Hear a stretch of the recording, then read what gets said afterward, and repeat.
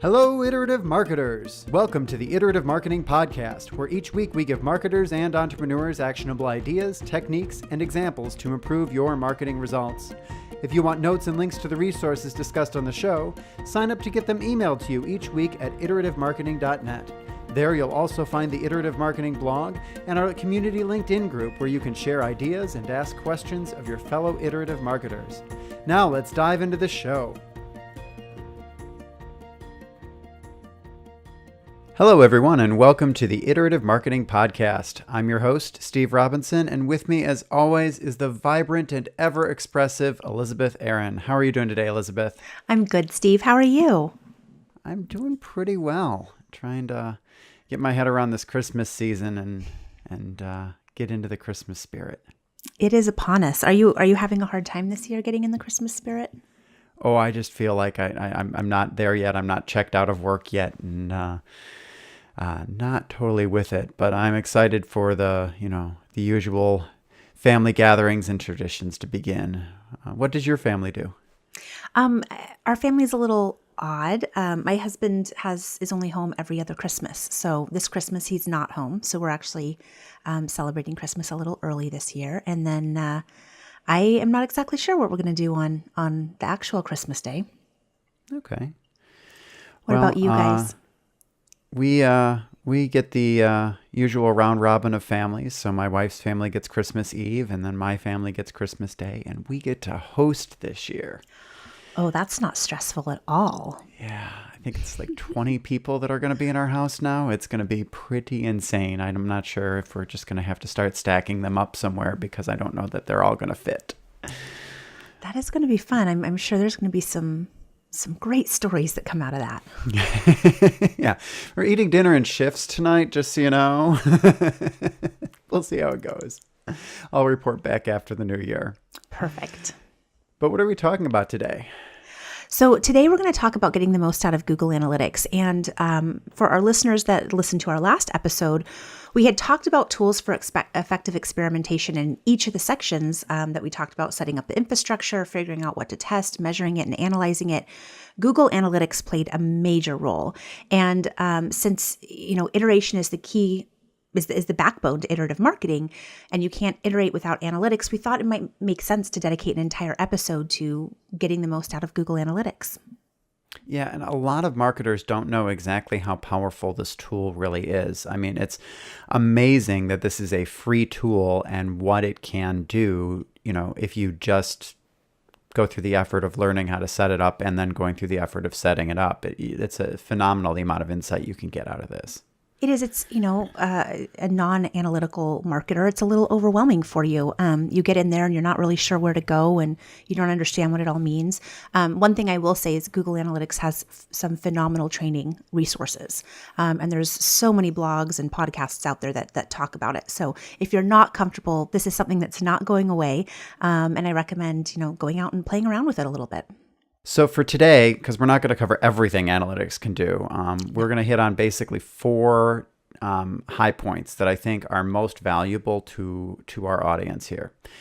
So the first is getting clean data into analytics, because if you don't set up some basic filtering, you'll find that you get a lot of garbage, a lot of noise instead of signal.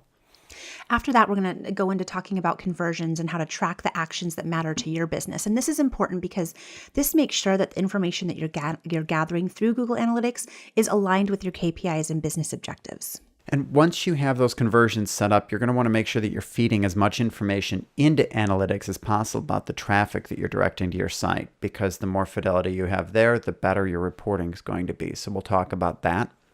And then finally, we'll wrap up talking about reporting and how you can pull that data back out to create custom reports. So normally at this point in an episode, we would talk like defining what it is we're talking about. I'm pretty sure most of our audience knows what Google Analytics is. It's pretty ubiquitous. I think the last stat I saw was close to 30 million websites are running this particular analytics package. And I know that within our client base and the folks that we talk to, almost all of them are running Google Analytics and not some alternative. I think it's important if your company has a Google Analytics account and you don't have access, it's easy to get access. It's as simple as reaching out to your administrator and asking that they invite you.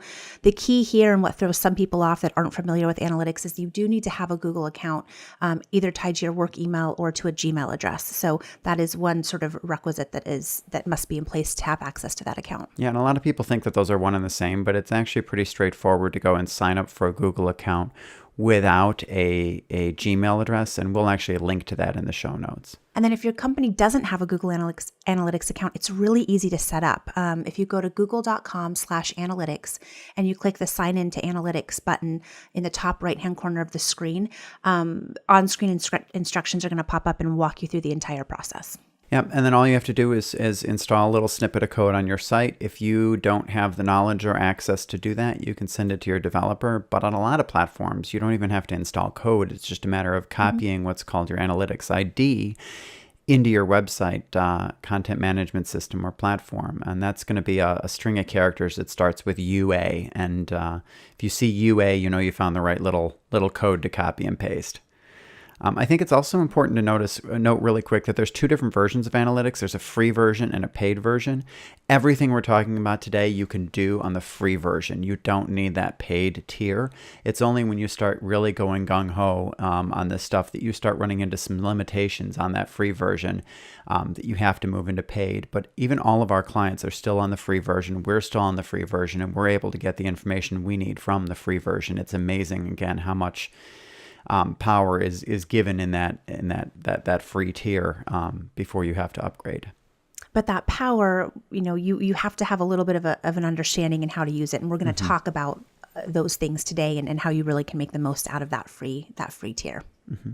So the first thing we want to talk about is getting clean data into analytics, because oftentimes your data can be hosed by garbage traffic that isn't real traffic on your site, and so it's important to set up some filters on the front end to prevent that traffic from coming in. Yeah, you're going to have traffic like bots, computers that are out scanning the internet, human testers, even your own team can come in and really mess up that data and make a bunch of extra noise. So you get excited because you think, gosh, everyone's visiting my new landing page. And then you realize, wait, we shared it with the 1,000 employees at our location here and everyone visited it. And okay, so that's why we're seeing a giant spike in traffic right now.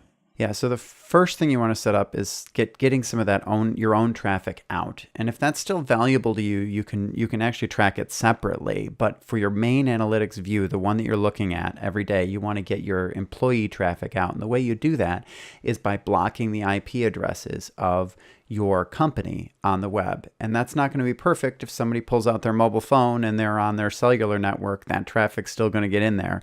But at least everybody sitting at their desk, clicking on links in the employee newsletter or visiting the website to go and reference something they need to do their job, all of that traffic is going to come off of there. Now, is that something that needs to be updated? Is just a one-time update, or does it need to be updated multiple times? It requires some coordination with the IT department. So you're going to want to ask the IT department, hey, can you get me a list of all of our IP addresses? And they'll say, yeah, no problem. And then you get in a little bit of a trickier request to the IT department. Can you let me know if that list changes? Which they may or may not be so on top of. So you might want to check with them quarterly and just say, hey, did we add any IP addresses? Did we remove some IP addresses? Just so you can go and tweak those filters. You might also see some traffic on your Google Analytics that looks like employee traffic at some point, or some spikes that look like employee traffic. And then that's a good cue to say, hey, IT team, did you guys change our network at all? So what else can we do other than filtering out our own IP addresses? So that gets some of the human traffic off, but another big chunk of traffic is bot traffic. So these bots are not humans. They're computers that are set to go out and either scan all of the web pages on the internet to gather information, or they're tasked with scanning certain web pages for certain information. Sometimes they aren't even scanning web pages. All they're doing is they're chucking data into people's Google Analytics account. The first method of defense against these bots, so they aren't throwing random data into your analytics, is to simply check a box. And why this box is not checked by default, I don't know, but it's not. And so when you get done listening to this, run back and check. There's a little checkbox. It's labeled as exclude all hits from known bots and spiders. and you'll find it in your view settings. And you just want to check that box and click save, and that'll get rid of a good, at least half, if not more, of this bot traffic from attacking your site. Another type of traffic that you'll want to filter out is traffic from other host names. And one type of bot that roams the web is a spam bot. And what it's doing is it's adding traffic to your Google Analytics account without ever actually visiting your site. And if you've got into your Google Analytics before, you've probably seen this in the form of referral traffic. It comes up as fake traffic that gets your attention because it looks like something like awesometool123.com, and they're sending you a ton of visitors, and so you want to see who they are. You want to see why they're referring so much traffic, and when you go check it out to see why, you realize that it's not actually a legitimate referral site. Right. So the trick to getting rid of this is actually to play on some the methods that the spammers use to do this. So when the spammers are doing this, they don't actually know which website they're adding information to their analytics account. What they did is they went and generated a whole list of those UA numbers that we talked about earlier, and then set up a server to just go and send fake traffic to these people's Google Analytics account. The trick is they don't know what website they're doing it for. And so you can put a filter in called a host name filter that says, if this traffic didn't occur on my website, it doesn't count. Throw it away. And so you'll want to configure this host name filter to do that. We'll link to a great article in the show notes from Moz that details how these spammers do this, as well as exactly the filter you need to set up, because it's kind of too technical to talk about on the show. So this is going to help remove a good portion of traffic, but you still have some bot traffic that's going to need to be cleaned up. And what you're going to want to do in this particular scenario is you want to take a look at the network domains and the service providers that are visiting your site. Yeah, and you'll notice that some of these service providers are actually advertising companies that you have contracted either directly or indirectly to run ads for you. They're checking out your site because they want to make sure that you're a legitimate company, that you aren't a porn site, that you are selling what you're advertising, that there isn't something shady going on. So they're going to take a look at your site to do that, either with a bot or as a human. And either way, you want that traffic not counting because it's not legitimate. And worse than that, it's probably following the tracking links that you use to place your ads. So now it's even inflating the results of your advertising. Other traffic could be coming from what are called data centers. So these are physical locations that logically wouldn't have users visiting your website. They're names of companies that host servers. And so when you see this traffic, you'll see that it oftentimes has a very low time on site or a very high bounce rate compared to the rest of your traffic. That's a cue to go and look up that service provider to see if they are a network center, like a data center. And if you Google that and you see that they're offering, server hosting as one of their primary services, well, then that's probably somebody who has their servers hosted there, not people visiting your website. And you can go ahead and filter that out as well. Now, this is something, it's not a one-time fix, right? It's something that we have to monitor constantly. We've got to come back and check it. You can take it all out and then someone new finds you the next day. So it's an ongoing process. Yeah, and unfortunately, it ends up being sort of a game of whack-a-mole because as new bots pop up, then you got to go and update your filters. And the worst part is filters aren't retroactive. So once you get all this stuff in place, it's not going to go fix all of your reporting and remove all this noise from your reporting going backwards. It's only going to fix it going forwards. So you're going to want to stay on top of this because every so often new little bits of garbage will show up in your reports. You want to whack that mole as quickly as possible so that you can get back to clean reporting as quickly as possible, because you can't fix what's in the past in Google Analytics. Once it's happened, it's happened. So once we've cleaned the data up, now we really want to focus on tracking actions that matter. And what we're looking to do here is make sure that the information we're gathering as our visitors engage with our site is as useful as possible. This, again, ties back to our KPIs and our business objectives. Yeah, and when we look at tracking the actions on our site that are useful, we're going to use the conversion tracking built into Google Analytics to do this. So if you go into Analytics and you go into your admin tab, there's a place where you can set up conversions. And those conversions are, your little successes that you want to track. So these are the good results that you want more of that indicate that you're winning, right? And within that, there's really two different kinds, right, Elizabeth? Yeah, there's micro conversions and then transactions. And the transactions really tie back to your core major wins. These are your business objectives and why you have a blog, why you're launching ads, why you're doing PR, why you're doing influencer outreach. What do you want to achieve when you're doing that? And oftentimes this ties right all the way back to revenue. Mm-hmm. It could be, if you have an e-commerce site, it's going to be a checkout. It could be a newsletter sign up on your website or your blog, or a lead that can be followed up by sales that's filled out some sort of form on your website. And in the case of e-commerce, the value of this conversion is tied right in. And so that's going to come right from the platform. It's going to be whatever dollar amount they purchased, right? But in the case of some other things, it's not quite so easy. So if it's not already built in, like, the sale amount in your when someone checks out on your checkout page, then you're typically going to have to set up, some other way to track that. So it could be a thank you page that someone reaches after they request more information or they've signed up for your newsletter. If it's not so simple as that, then you're going to want to set up a different type of trigger for it. And that's not doable right within Google Analytics, but it's pretty straightforward in another tool we'll talk about later called Google Tag Manager. And that's that little bridge that'll help you be able to set up that tracking. So we said there was two. The other one outside of transactions is micro conversions. And these include things that are not your main objective in marketing. They're going to be instead indicators that you're on the right track. Yeah, so these are things like video views. If somebody finishes watching a video that you produced, well, that means that they're good traffic. I mean, you're not going to sit through a video that isn't applicable to you. The same thing is true of things like dwell time on a page or how far they scroll on a page, whether they add products to cart, even if they don't check out. You're still on the right track. They added the product to the cart, right?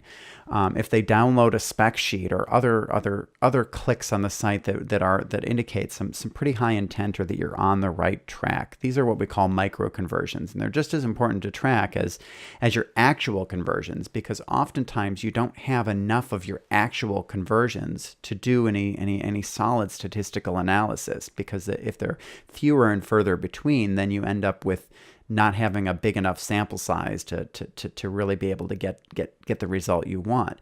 So your micro conversions can be used in lieu of that when you're trying to figure out what's working and what's not.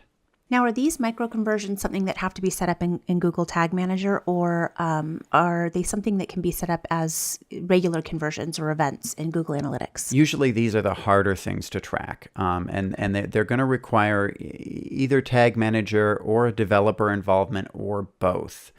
Now, that said, they're not going to be super expensive if you have to pay a web developer to set up, because you know what, everyone else has the same problems. So there's a lot of little scripts out there to help you.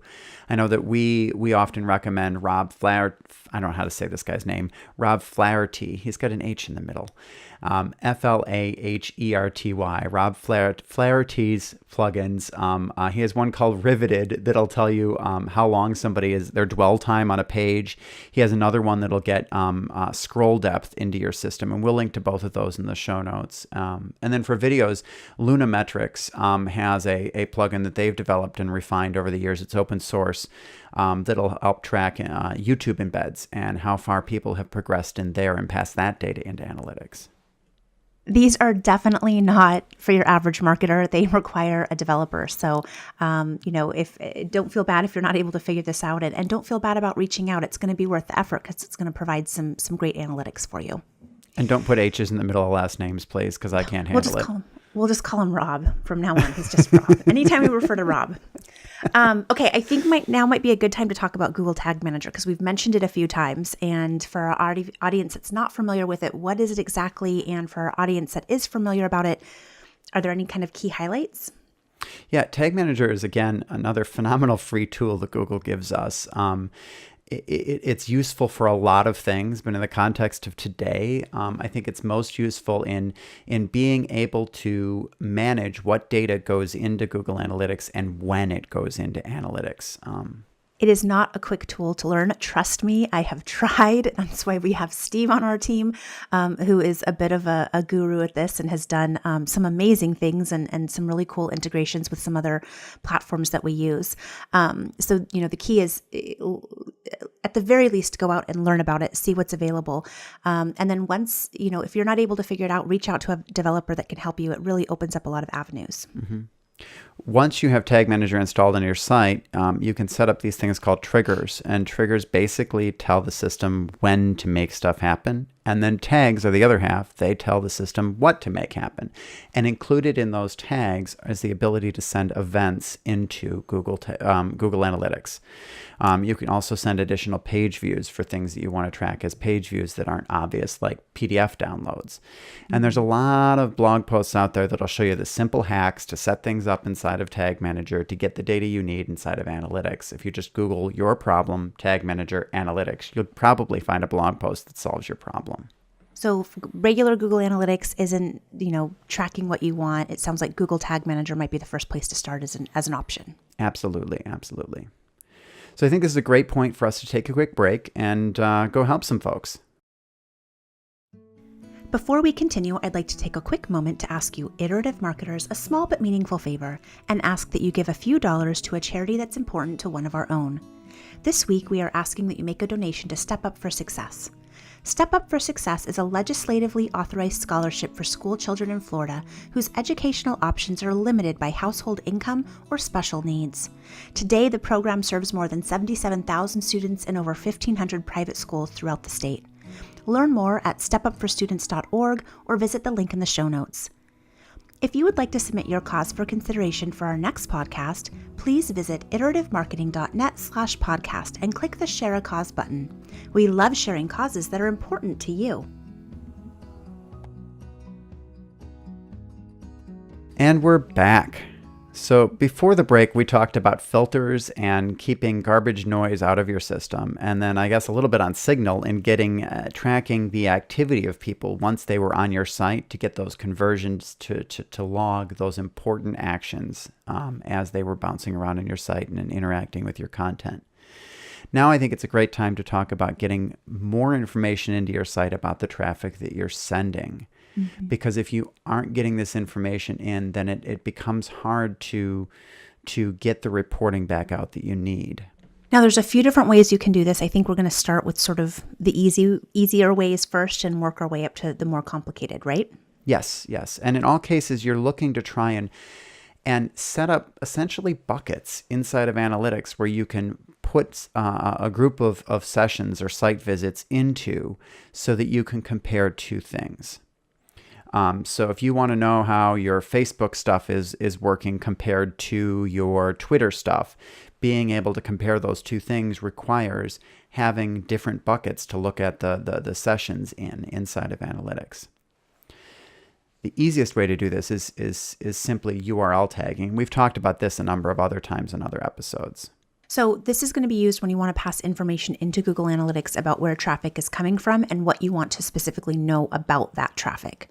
At a minimum, you need to pass in the campaign name and the source so you can analyze the results from that specific traffic source and or campaign, like you said, specifically from Facebook or from Twitter or from the display ad platform, whatever it is, wherever that traffic is coming from. Yeah, and we're about to get geeky about other ways to get this information into your analytics. If you don't want to go that far, if you're kind of like, whoa, when we start talking about this other stuff, at a minimum, you should be using the URL builder. And we'll link to that tool in the show notes. That makes it easy for you to get that campaign and source information into those links. You can also pass in which creative version or content it is that's sending that link, as well as a number of other little parameters that'll help you be able to get the most value out of your reporting on the other side. Again, by putting those into those specific buckets, correct? Mm-hmm. Exactly. Mm-hmm. So out of the box, you get really campaign, source, and medium as your buckets. So campaign is the ad set or line item or campaign in whatever system is pushing that link out. Source is going to be the platform or system or site that the link is on. And then medium is going to be whether this is a banner ad or whether this is a text ad or whether this is a blog post that you place somewhere or comments or whatever it is that the link is contained inside of, right? Sometimes that's not enough information. As a matter of fact, most of the time, that's not really enough information for you to get the most power out of your analytics. And when that's the case, if you want to set up other buckets than that, you're going to want to set up what are called custom dimensions. So custom dimensions give you additional ways to group the sessions on your site outside of what Steve just mentioned, campaign, source, and medium. And they're useful for breaking down your traffic into these different buckets to compare what's sending good traffic versus the bad traffic. So for example, if we want to take a look at all of the traffic that's coming from our CRM targeting, regardless if it's whether it's from Facebook or AdRoll or Twitter, we would use custom dimensions to do that. Or maybe we want to look at all the traffic targeting a specific persona or a specific target audience. We can set up another dimension for that. And then even better than that, we can start to layer these on top of each other inside of reporting so we know whether or not our CRM targeting does better on Facebook or whether it does better on Twitter. But you have to have the buckets set up, the custom dimensions set up. To set them up, you have to go into the admin section of your analytics account, and you're going to go under the web property column, find custom dimensions, and then it's going to be under custom definitions. And technically, these custom dimensions aren't limited to just bucketing your sessions. You can bucket users and pages and products and other stuff, but the low-hanging fruit is to start bucketing your sessions and getting that in there. So that's why we're going to talk about that. And in Google Analytics parlance, this is your scope. So you're going to want to scope your dimensions to this session for the sake of really being able to understand which traffic is performing best for you. Now, if you're using the free account, you are going to be limited to 20 total dimensions. If you are using the paid account, you can get up to 200. Now, again, we've mentioned this before. We're using the free. I don't think we've hit our 20 yet. No, we haven't hit our 20 yet, and neither have any of our clients yet. But if you really want to go gung-ho on this, you could end up hitting that 20. We've come close, so it's definitely doable. But you can get a lot of information crammed into 20 dimensions. So what is the next thing that we can do to help make sure we're getting the right data into Google Analytics? We talked about the dimensions being the buckets that we need to put the data into, but we didn't talk about how to get that data into those buckets, right? And there are two ways. One of them is you can put a bunch of scripts on your site. That's the hard way. The easy way is to set up a simple spreadsheet. And so this involves using what's called a campaign ID. The campaign ID is what you could think of being the key. So instead of having a bunch of extra stuff tagged onto the end of your URL or your web link, which is what happens when you use that URL builder, you're only going to have one thing at the end of your web link, and it's going to be a UTM_ID. That key then links all of the traffic that clicked on that link back to your spreadsheet that you upload into Google Analytics. Now, this is what we use internally, and we use it because it makes it easier. We're able to customize all of this. We can make changes to it. Is this something that you would recommend for an average user? It's kind of bordering into that power user area. Definitely get used to using the URL builder first. If you're not using anything, start with the URL builder and start tagging everything and then move into this space. But that said, it's not that complicated. You're really just setting up a spreadsheet with the first column being this key, this ID, and you can make those up as you go as long as they're unique. You could even have them be 1, 2, 3, 4, 5, and that's fine as long as they're unique. And then each column becomes a custom dimension. And then each row becomes, okay, I created this link. Here's the ID for the link. Here is the platform that it's on. Here is how I targeted. This is whether it's organic or whether it's paid. Whatever your custom dimensions are become the individual columns. And then you upload that using the import tool. We will link to the help documents for our documentation for this in our show notes. So you can go and read how to do this specifically.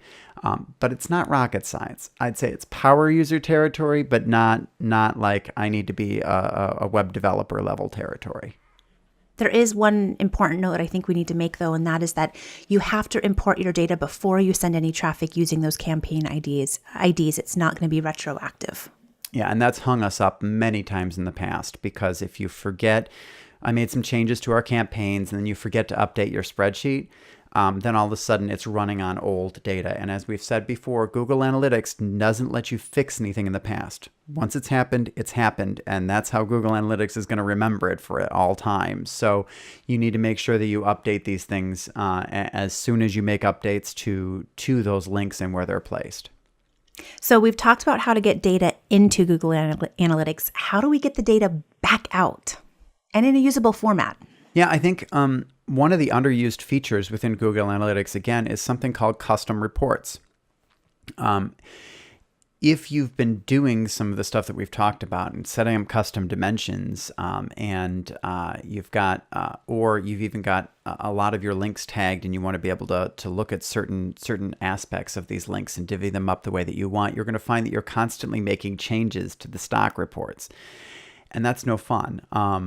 But if you go and click on the customization tab at the top, you'll see that there's a place where you can make up your own reports. And these can be hugely powerful in going to try and find exactly the information you want and get it back out. This is where we can use the custom dimensions that we set up to help break that traffic up into the buckets and sub-buckets and show specifically the data that we want to look at. And then we're able to export that, and we can either, export it into Excel or Google Sheets and then link that up to other data.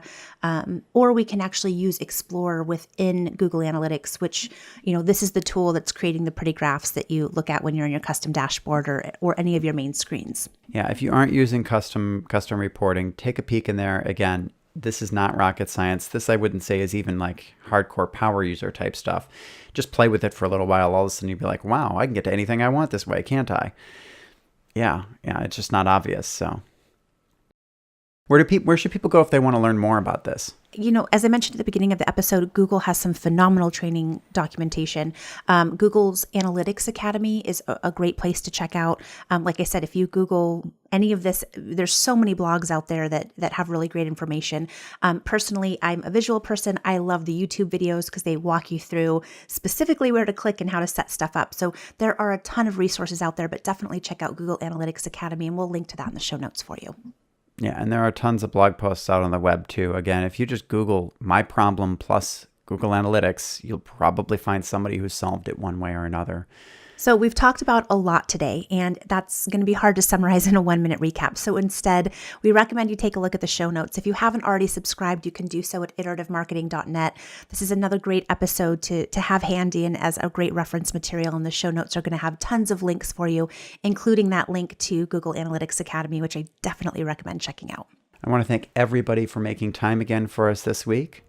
Until next week, onward and upward. If you haven't already, be sure to subscribe to the podcast on YouTube or your favorite podcast directory.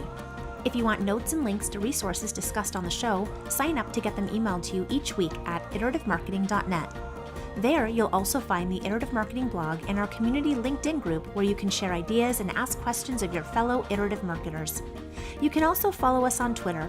Our username is @ITER8IVE.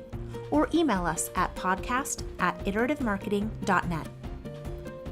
The Iterative Marketing Podcast is a production of Brilliant Metrics, a consultancy helping brands and agencies rid the world of marketing waste. Our producer is Heather Ullman with transcription assistance from Emily Bechtel. Our music is by Seastock Audio Music Production and Sound Design. You can check them out at seastockaudio.com. We'll see you next week. Until then, onward and upward.